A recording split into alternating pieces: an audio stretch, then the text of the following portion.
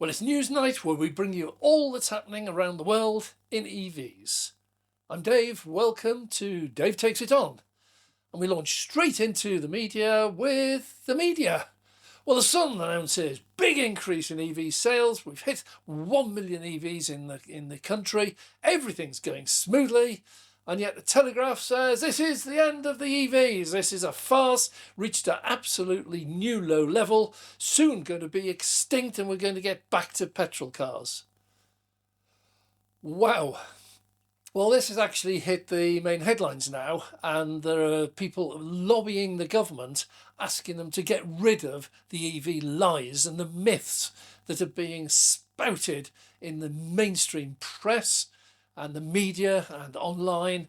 It's a disgrace. Now, the EVs... Now, newspapers, they are run by...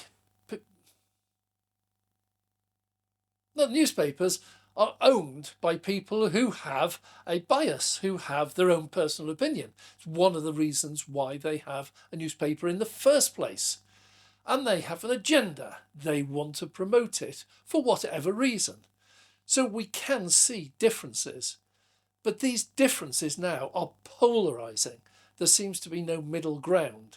You're either all in fighting for EVs, it's the next best thing since sliced bread, or what a joke, they should be banned, let's get back to petrol cars and polluting the atmosphere. There doesn't seem to be any middle ground anymore.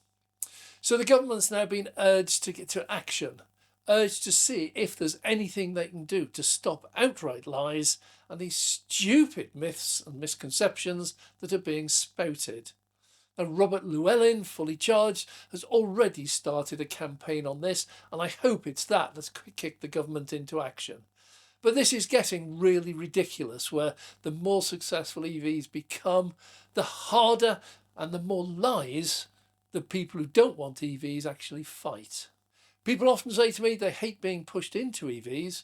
Well, I hate being pushed away from EVs by lies, myths, misconceptions, and cherry-picking specific data. And the government has also been asked to help with the used EV market. Is there anything they can do? Well, I'm not sure what they can do, but the press really does seem totally out of control. And it is very, very difficult, for example, if you are a Telegraph reader, to think that EVs are for you. The Volkswagen, massive swing in fortunes here.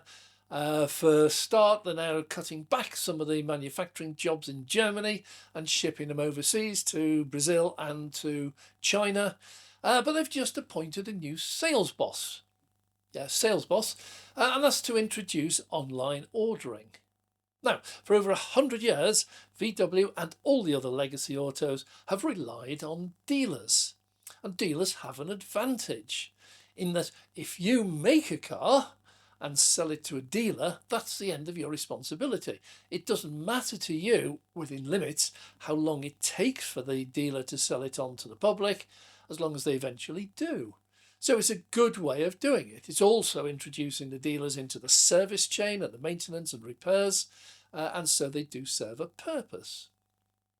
They also have a big snag, and that is that they're not controlled. So, for example, if Volkswagen reduces the price of the car they sell to their dealers, there's no guarantee that the dealers will pass that on to the customers.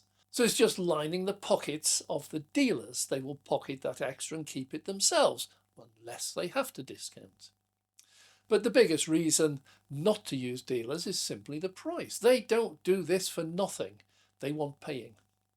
So consequently, a big chunk of your money goes to the dealer when that could be passed on as a saving to the end customer. So VW now have appointed someone, they're looking into online ordering, and you wonder now where this is going to leave the dealers, because they've been around for the best part of 100 years. They're not going to give in easily. So it's long been known that the legacy auto don't make an awful lot of money when they sell a car. This is an ICE car. They make a massive loss when they sell an EV. That's a different story. But they make a very small profit, and they make up for that by after sales. This is warranty, servicing and maintenance and repairs. So to keep your warranty, you have to have it serviced in accordance with the manufacturer's recommendations. That means in most cases going back to the dealer, where they will charge you for servicing your car. And these services are getting quite expensive, several £100. And if you look down checklists, it's all check, check, check, check, check, check, check. You don't need to pay £100 now for someone to check whether your windscreen washer bottle's full. Anyway, they make money from this. They also make money from the parts they install. They will order specific filters and brake pads and belts and things. So they make an awful lot of money out of after sales. Now with EVs, this is very different because the EVs don't have servicing. So there's nothing to be made there at all. A few have tried. Volkswagen introduced a service, but I think it's once every 2 years and it's like £100 or something.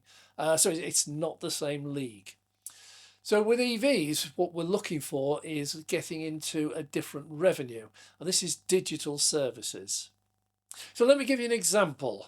Tesla, they have, when you buy your car, they've provided it with autopilot. It's a basic autopilot. It's automatic lane keeping, it's adaptive cruise control, a few other bits and pieces. And it's quite good, does a very good job. It's not full self-driving or anywhere near. When you buy your car, you can opt for enhanced autopilot. It does extra things like navigate on autopilot, so it'll get you on and off the motorway. It'll overtake automatically, a lot of things like that.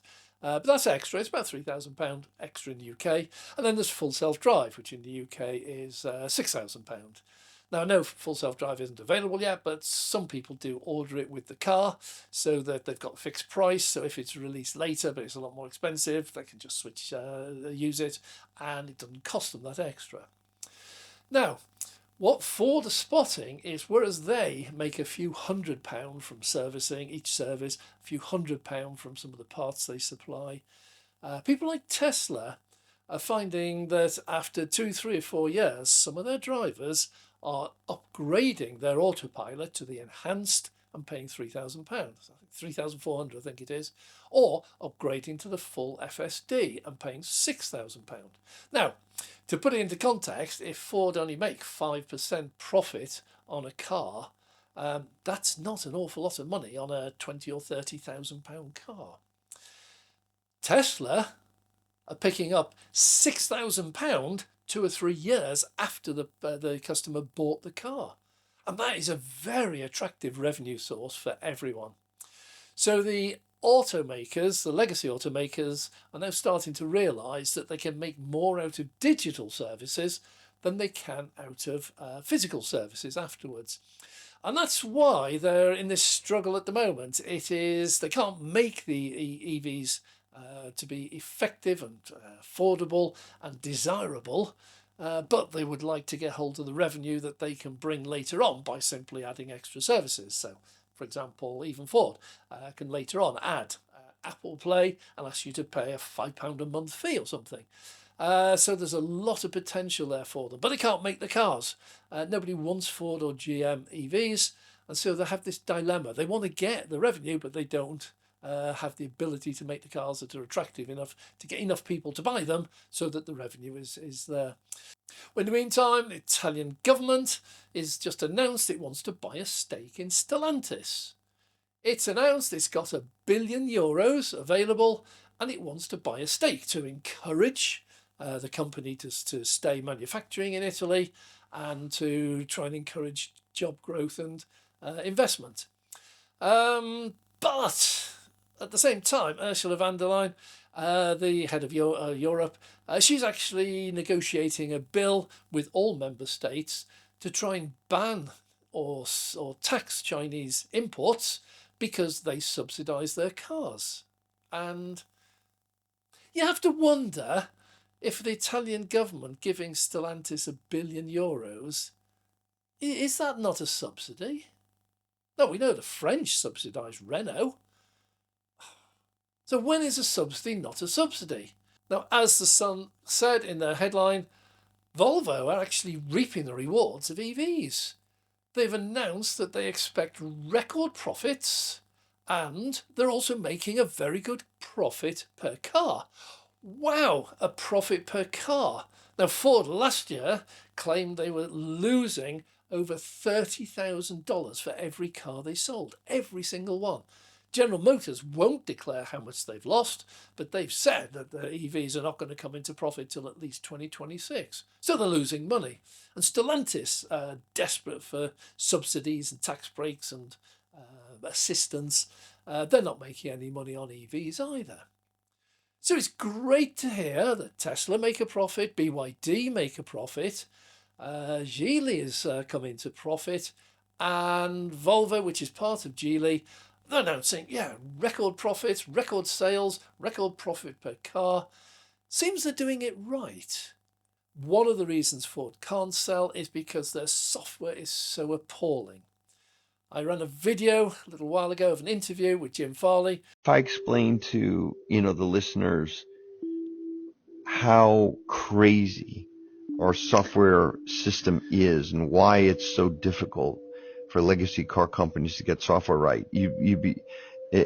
I'll do it very quickly. Yeah. So to save probably $500 a vehicle, or let's say 350 quid a vehicle. Yeah. We farmed out all the modules that control the vehicles to our suppliers because we could bid them against each other. So Bosch would do the body control module, someone else would do the seat control module, someone else would do the engine control module. Right. And we'd have about 150 of these modules with semiconductors all through the car. The problem is the software are all written by, 150 different companies, and they don't talk to each other. Right. And so even though it says Ford on the front, I actually have to go to Bosch to get permission to change their seat control software. Right. So even if I had a high-speed modem in the vehicle and I had the ability to write their software, it's actually their IP. And I have 150, we call it the loose confederation of software providers, 150 completely different software, programming languages, all the structure of the software is different. It's millions of code, and we can't even understand it all. So, that's why at Ford, we've decided in the second generation product to completely insource the electrical architecture. Right. And to do that, you need to write all the software yourself. But just remember, car companies haven't written software like this. Yeah. Ever.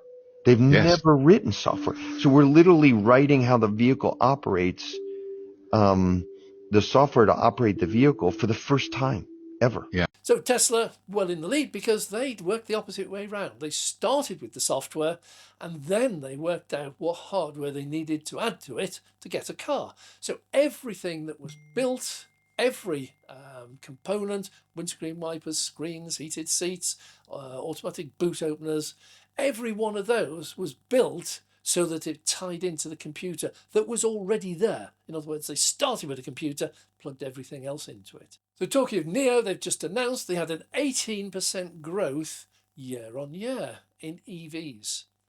So their system is working. Tesla seems to be growing. Volvo's growing. BYD's growing.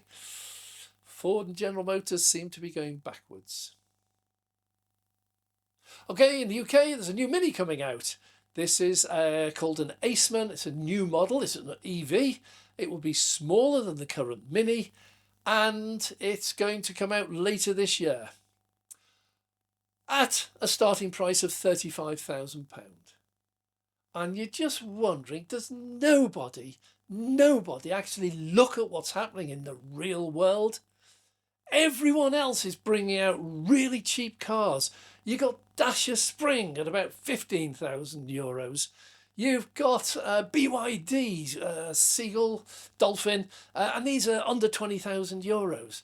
You've got Citroën C3E coming out at about 20,000.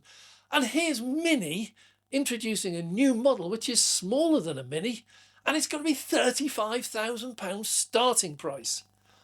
Are they crazy? I see this one coming crashing down in smoke, and it's going to get a bad name for the industry. If it's smaller than a Mini, this should come out at £15,000 to £20,000. If they can't do that, don't bother. Ford, General Motors, meanwhile, running around like headless chickens. Not sure what to do. They've got a new battery plant which was ordered about 2 years ago, joint venture with CATL or someone to build batteries, because the IRA, the subsidy, the Inflation Reduction Act, gives them £7,500 off a car if their components are made mostly in America. So when the IRA was announced, they all rushed around saying, yeah, we're going to build new battery plants. GM got in touch with LG, Ford got in touch with, I can't remember who it was, Panasonic, and they all announced they're going to build new batteries in America, joint venture. But then, one by one, all those have been cancelled or put on hold. However, General Motors, they had a battery venture which was planned, opening in 2026. And now they've just announced that they've placed an order for several $1 billion worth of batteries in a joint venture. And yet they don't have a car at the moment to sell, to put it into. So they're ordering millions and millions and millions and billions of pounds worth of batteries, but they've got nothing to put it in. So Mary Barra's just resorted to what she normally does. If in doubt, just lie. Over in Germany, situations are really bad. Germany's EV dream has faded. It's not working. The manufacturers, the legacy auto, the BMWs, Mercedes, Audis, Volkswagens, they're just not selling anywhere near as many cars as they need for them to make a profit. And yet the reason is so obvious, and I keep saying it again and again, some of my viewers probably get fed up, but if you are building your empire over the last 100 years, your auto empire, on selling affordable family cars to people who have the money and can afford it and want them, and these cars, the best-selling cars, things like the Polo, the Golf, the Beetle, things like the Audi A1, A3, things like the Mercedes A180, these are their bread and butter. These are the mass-selling cars that they've built their empire on. All of those are around about £20,000 or €20,000. You can buy a top-of-the-range model for a lot more, but you can buy them at that price. So when they launched their EVs, what did they do? They came out with a price which was €50,000 starting price for things like the EQA. And no wonder the dream is fading, because their customers will not buy new cars at twice the price for the same. If the only difference is you've got a battery and electric motor, they won't spend an extra £20,000 or £30,000 on that. It was so obvious right from the beginning. Don't understand why they've seen it. The legacy auto, of course, blame the government, German government, because they've stopped the subsidies. God, were the German automakers really relying on the German government subsidising their extortionately priced cars down to a level at which their customers would buy them? If that was their business model, who's in charge? Anyway, Germany's dream hasn't come to an end, because the best-selling car in Germany in the last quarter was an EV, and it was a Tesla Model Y. But Audi don't seem to get the message. They're moving the production of their Q8 E-tron from Germany to Mexico to try and get costs down. They're still going to sell it at the same extortionate price, but it's now going to be cheaper to make. So they may even head towards coming into profit. I doubt it. They'll still lose money, but this is their answer. Don't change what we're doing. Just try and cut the costs. Well, someone who's getting it very right is someone who had a really good start last year. They've been building their sales nicely, and that's Hyundai.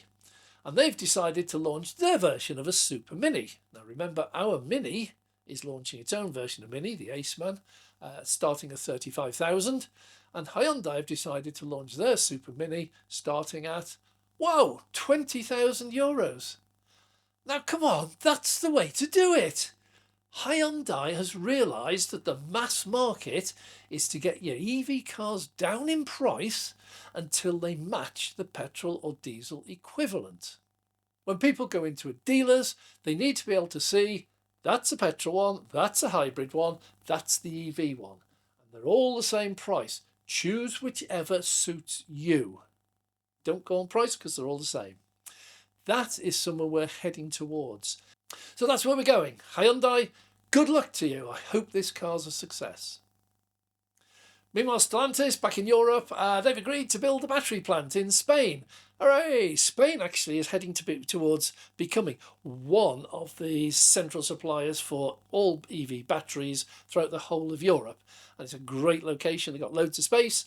They've also got loads of sunshine for charging batteries up. But there's conditions. Stellantis won't build it unless Spain pays for it.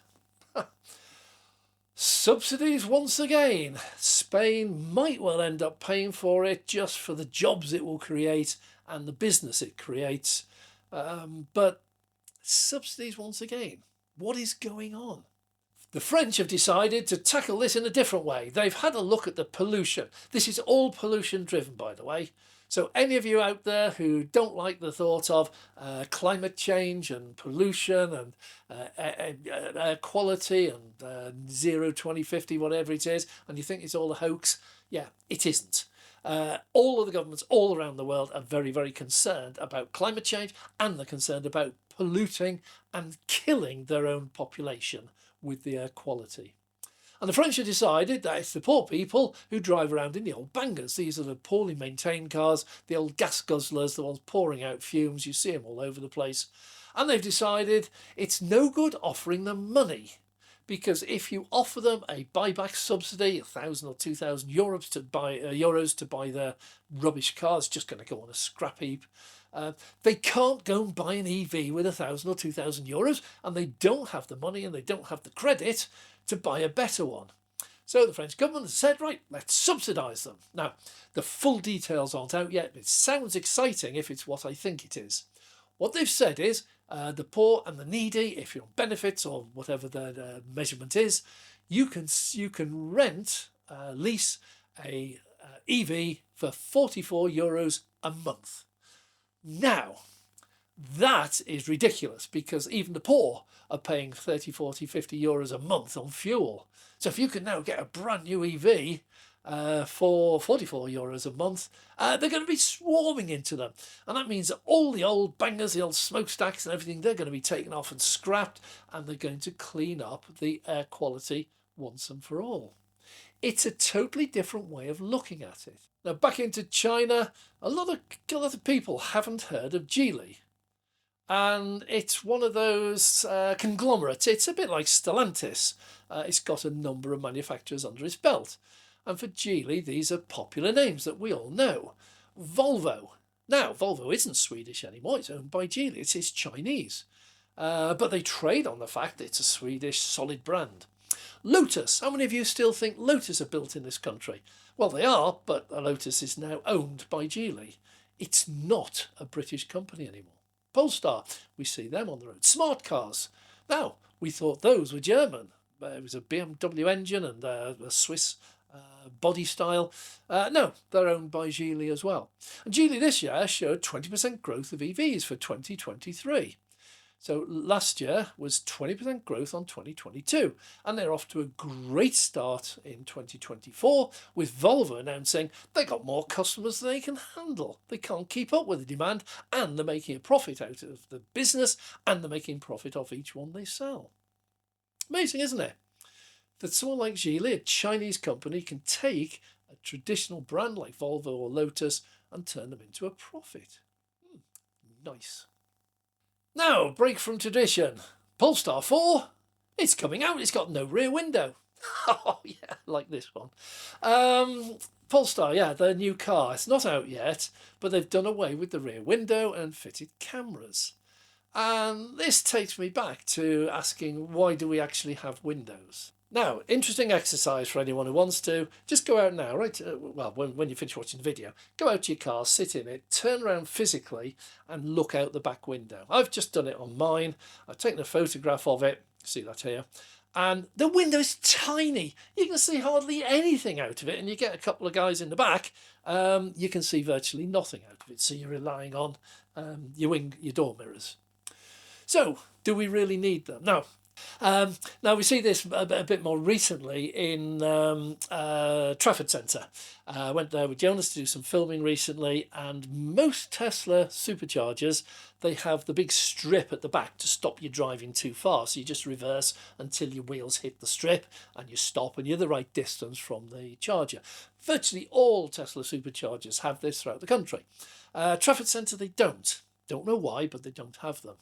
What they do have at the back is a pole which says EV charging only, no parking, and there's 18 chargers there, and out of 18 chargers, 18 poles are all tilted backwards. They've all been hit by someone reversing into them. Not fast, it's just walking pace, but all of them, every single one, has been pushed backwards. Now, what this shows is, doesn't matter what sensors you've got on or anything, if you can't see behind you, you're going to hit something. Had they had a camera in the middle of the bumper, as you reversed, you'd see what you're hitting and you wouldn't hit it. So a camera at the back actually makes an awful lot of sense. And I think this is what Polestar's looking at. Also, if you look at Polestar's big car, it's probably going to be used for towing. Now, when you've got a big caravan on the back, your rear view is, well, it's none through the mirror. You have to use your side mirrors, then they have to extend. It's really not very satisfactory. If you had a clip-on camera, Bluetooth, wireless, whatever, which goes on the back of the caravan, talks to the car, and that's your rear view mirror, that's absolutely stunning for caravan drivers who are towing. They know exactly what's behind them now. So there's a lot of cases where it works.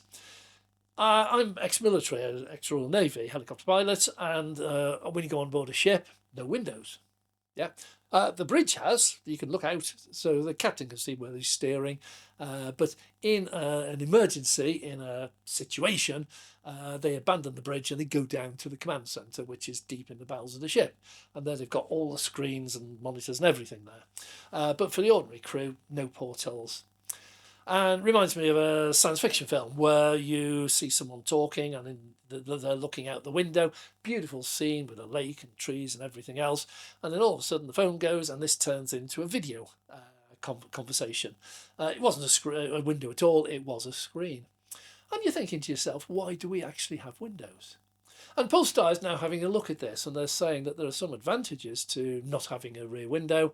It's cheaper to build, probably safer as well, but you can get a better view. And in fact, if you put 3 cameras at the back, or 2 with wide-angle lenses, you could probably eliminate your blind spots, which you can't do with conventional mirrors. So it's a bold move, and I wish them all the best. The one thing they're going to be fighting against is just tradition. We don't do this. We've never had these before. Ooh, now give us a rear view mirror, and let's go back to what we know. I think they might catch on. I really do, and I hope they. Now, a lot of comments I get are along the lines of, I'd never buy Chinese.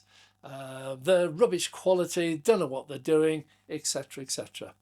Well, it turns out it's actually quite the opposite for 2 reasons. The first one is the Chinese have been making EVs for about 10 or 15 years longer than Mercedes have, or BMW, or Audi. So they've had all the experience. They did make rubbish cars in the early days. They've got through that like everyone does eventually, and they're now making really good quality cars.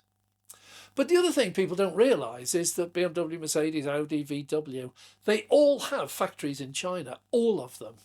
And we're just beginning to learn that some of those Chinese manufactured cars are being sold in Europe. And one of the reasons is, if you're a dealer in Europe, you can buy off your Chinese dealer in China, give him his profit margin, you can buy it in. It's still cheaper than you buying direct off VW or Audi or whoever it is.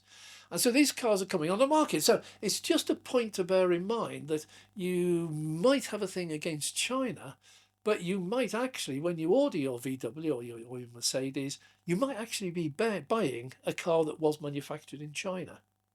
And you didn't know it. So be careful what you say. Okay, so we're coming on to EV sales. Just some interesting figures. China sold a total last year of 6.8 million EVs. Massive achievement, and congratulations to them. I know the huge subsidies involved, not only to the manufacturers of cars and the manufacturers of the batteries, but also to the people buying them. However, 6.8 million cars, that's an achievement. America, they hit 800,000 cars. bit lacklustre.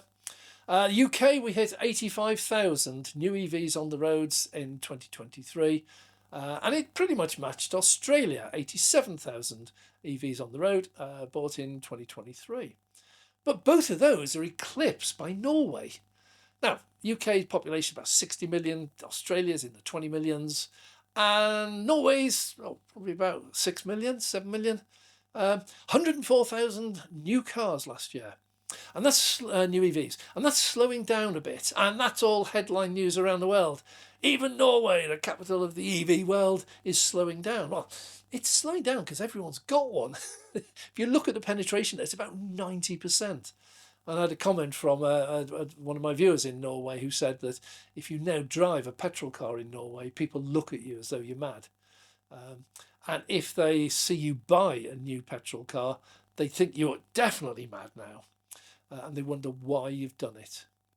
Just shows it's all down to attitude. There's a huge potential out there. EVs are here to stay. They will start filling the gaps, but it's not going to be fast. But we need to be doing everything we can to do the best we can to get rid of the pollution that the cars are causing. Now, one of the worries about Chinese cars is data. And I think it's one of those hypocritical ones.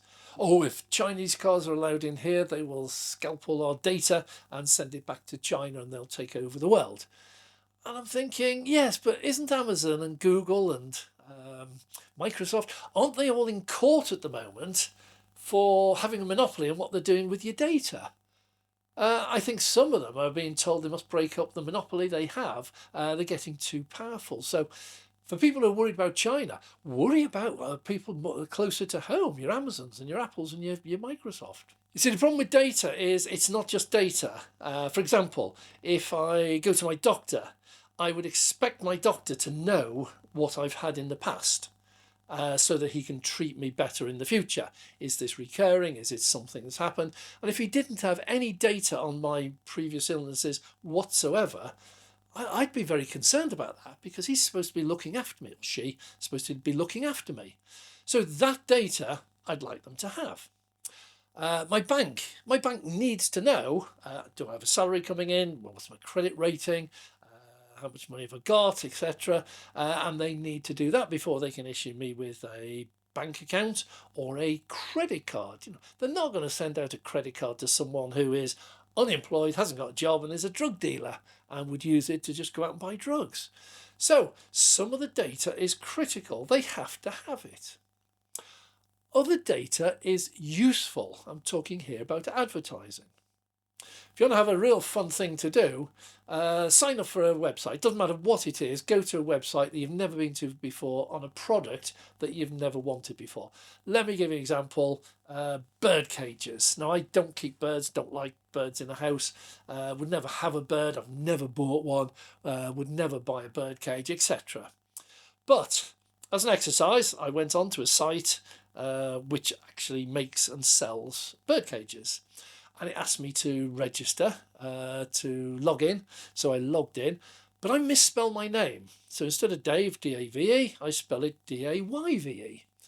And I log into the site and absolutely fine. I go and look at some bird cages, think, definitely don't want one of these, and then shut it down and move on. Within days, I start getting advertising emails sent to Dave, D-A-Y-V-E. So I know my data's being sold everywhere I go. Anytime you log in, you go onto a government website, it says log in. You've got to log in these days. What do they do with your data? You don't know. Now, if it's used for advertising purposes, I don't have an issue with that. What I find quite interesting, though, is within a few weeks, I'll start having YouTube videos recommended to me that have bird cages or birds, something in that line. So I know that even YouTube is buying that data off whoever I logged into the account, and it's spread around. I don't have a problem with that. I can just get rid of those. I can not look at them, or can say these are not suitable, tick them off a watch list, and that doesn't worry me because in fact they might one day recommend something I do want to buy or need to buy. Where it gets a bit more difficult is when that data affects what you pay and can pay. Let me give you an example. If I, as a lot of viewers know, have had cancer in the past, then if I want to go and get insurance, then that will be affected by my previous medical record. Now, on the insurance form, you have to declare everything, so that's not a real issue. But if I was buying a pension, an annuity, and my life expectancy was calculated by my previous illnesses, how long am I going to be likely to claim this pension for, then that's getting a little bit naughty. And so there are places where this will go where you don't want it to go. Another example would be misleading adverts. So I've got an election coming up here, and there's already talk China's starting to prepare it. So they target certain people. If I watch, for example, the Sun newspaper website for my news, they know they'll characterize me, they'll classify me as a certain political demographic, and they will then know that a certain advert will appeal to me. They can make those adverts that appeal to me but lie. So I'll watch them because they know what I like to watch, but it'll be all lies. And these are the fake adverts coming out all over the place. And that's a lot more dangerous because China could, or anyone else, Russia, South America, South Africa, it doesn't matter who, but any of those could affect our elections. And this we saw already in America with Russia influence as well. So data's not data. Data is got various categories. Some data I'm happy, in fact I'm glad everyone's got it. Other data I don't care whether they've got it or not, and other ones I really don't want them to have it. So I think we're going to have to start looking at this, and it starts with the big giants that we have, the Apples, the Amazons, the Microsoft, and they need to start getting a lot more open about what they're doing with the details, where they're using it and how they're using it. Okay, so Ford, even while we're preparing the details for this news video, Ford news keeps pouring in, and they now just reported the Q4 profit and loss from 2023, and they made a huge loss. Now, some of you remember I did a video on Ford, and they claimed they made a huge profit, and they shared that profit between the directors in terms of bonuses, and they also gave a massive dividend to all the shareholders, an absolutely massive one, and that was in Q3. And I said at the time, this is money stripping, it's money laundering. They're not really making a profit, they are just falsifying the figures. Oh, no, I wouldn't say falsifying, that's implying too much. They are using the figures to try and show that they have a profit, and all the time they're just building up the debt. They're hiding the debt building up, but they're advertising, oh, look how much money we got left, which is just a fraction of what the debt's grown by. So they're manipulating it. And I said this can't last. Well, in actual fact, Q4 now, they've shown a big loss. And what they're doing about it? Well, nothing. They blame one-off costs for this, that and the other. They blame EVs and everything. No word does it mention of the billions they gave to the directors and the shareholders. Now, just heading back to France for a moment, there was talk recently of Renault and Stellantis merging. Well, I say there were talks. Stellantis wanted to merge with Renault. Renault wanted nothing to do with it. Renault is already subsidised, part owned by the government. They didn't want Stellantis, with a huge debt round its neck, merging with them. But Stellantis seemed to be saying, yeah, we're well on with the talks, everything's going well, we're going to merge and everything else. Anyway, finally the French government's come out and said, no more. Renault is independent, it's part of France, you're never going to merge with it. If you want to merge with someone, it's not in France. Now, looking at the software side, it's interesting to see how different companies have tackled the problem. So Tesla did it totally differently. They started with the software. They built the software, the operating system for the car. Then they started making the bits that would be compatible with that software and bolting them in. And you end up with a car where every single part of the car talks to every other part of the car, and it all works in total harmony. Because it's all working together, you don't have conflicts. The display screens on Teslas are noticeably faster than others, even though they're very much bigger than most other cars out there. The whole thing works. And every time Tesla introduces a new component in the factory, it has to fit in with the software that's running the car and everything around it. It's an integrated approach, and Tesla now build their own computers that write the software for the cars.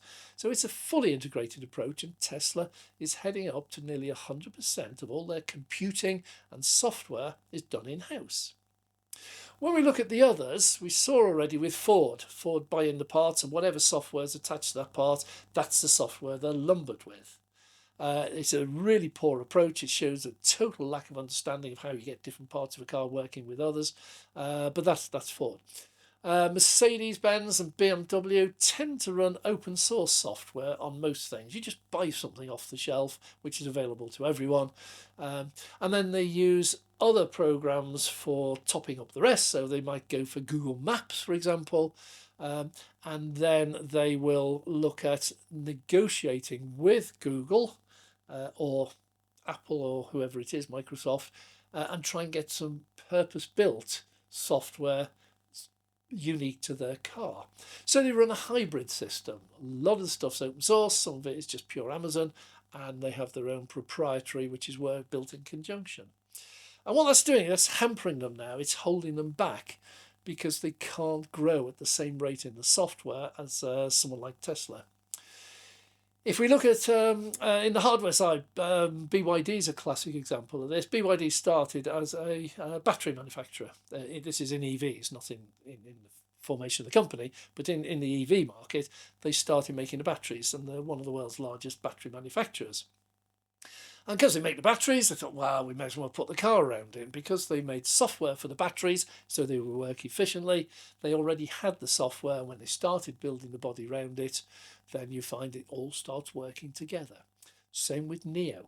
They all concentrate on the software and building the hardware on top of it, whereas the traditional legacy autos all started with the hardware, the car, and then tried to cram the software into it. But Google's now set a target. They've now got a target of 20% of all new EVs by 2032 will be running on Google proprietary software. And that's quite an amazing achievement, because they will achieve in 2032 what Tesla's had since 2012, which is a totally integrated system. And good luck to them. I hope they do it. It's going to be a problem when they're supplying that to someone like Ford, because if Ford buys in a windscreen wiper motor with a different software package on it that's not compatible with the Google one that they've just bought off Google, again, you have conflict. Meanwhile, BMW have announced that they're going to install Alexa in all their cars. And I just wonder where this is going, because it's actually quite good. Alexa, we've got AI coming along. This is an amazing advancement. We're very much closer to the day where you get in your car, you sit down and you say, oh, go to the butcher's. And Alexa will say, yeah, which one? And here's a list, you pick whichever one you want, and the car will go. You'll have no steering wheel, no pedals. This is the full self-driving and the full AI. And we're heading much towards this, because Alexa already can turn off lights in houses, turn on central heating, can do an awful lot. When people start integrating this, and Tesla aren't here yet, but when people start integrating the voice command, Alexa, Siri, with AI and with the software, we're in for a good time. And that'll be a great day where you just jump in your car, sit down and say, oh, take me to my sister's house. And off it goes. I look forward to that day. Now, we did a separate video on Sainsbury and the charge. This is the EV entry, and they're now installing an awful lot of their supermarkets with ultra-fast EV chargers. These are the Kenn Power 150 kilowatt chargers, and these are fabulous for a supermarket. They are designed so when you go shopping, you usually will take about an hour to do your shopping, maybe half an hour, maybe an hour and a half, depends on how much you've got to do, but round about an hour. The average time a car, an EV, spends on an ultra-rapid charger is 40 minutes. Average time on a Tesla supercharger is 25 minutes. So these chargers, for the first time, They're not these little pod points, 7 kilowatts or whatever, 50 kilowatts. These are hefty chargers now. So whatever car you have, whatever your state of charge when you arrive, you can now go to the supermarket, and assuming you can't charge at home, all you do is you plug in and do your shopping. When you come out, your car's full, or as full as you set it. Now, this is going to totally eliminate one of the bugbears of EV. I don't want to stand around for an hour while my car charges.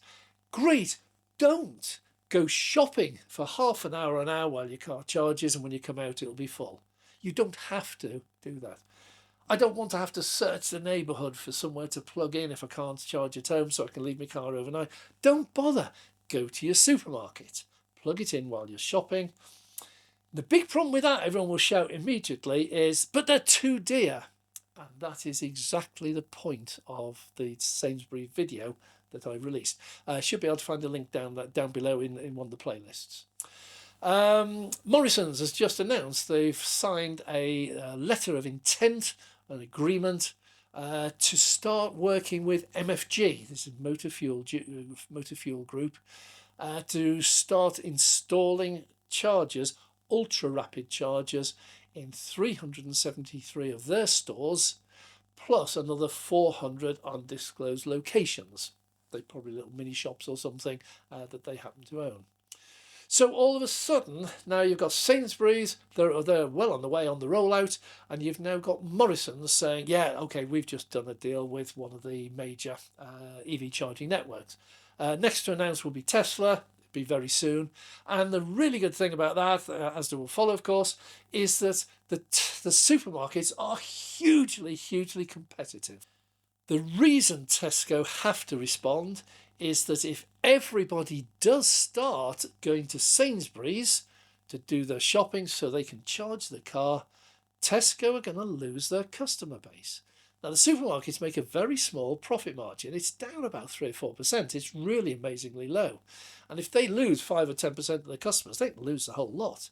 So they're highly competitive. So if Tesco sees Sainsbury's nicking all their customers, or Morrisons, they're just going to do the same thing. Right, we've got the car parks, we've got the space, we've got the power. Let's just zap a whole pile of ultra-rapid chargers in there and let's put them up. And it won't work because they're going to charge the same price. So at some point, one of the supermarkets is going to go, well, if I drop the price 20 pence, it's going to attract everyone over to me. And then the others will respond. And it is my prediction that this will end up at a highly competitive fight, a battle, and that the price of charging your EV in a supermarket is going to come tumbling down. We know how far it can drop because we see Tesla. Now, Tesla, I do not believe, are making a loss on their chargers. But they charge an average price, peak time of 45p and off-peak about 35p. So this is where the supermarkets could come down towards, and it doesn't matter if they make a slight loss. And the reason is they'll make it up with a profit on the products you buy in the supermarket. It's a trade-off. So I believe that once Tesco start installing a number, and Morrisons and Asda and Booths and everyone else, you're going to see the price of supermarket ultra-rapid charging come tumbling down.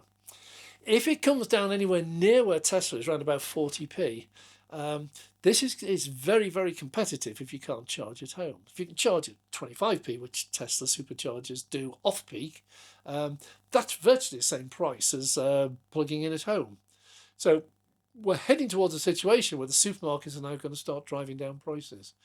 In the meantime, all the new entrants with the massive investments, the Gridserve with their £500 million, Osprey with a huge amount, BP have just put £1 billion into BP Pulse.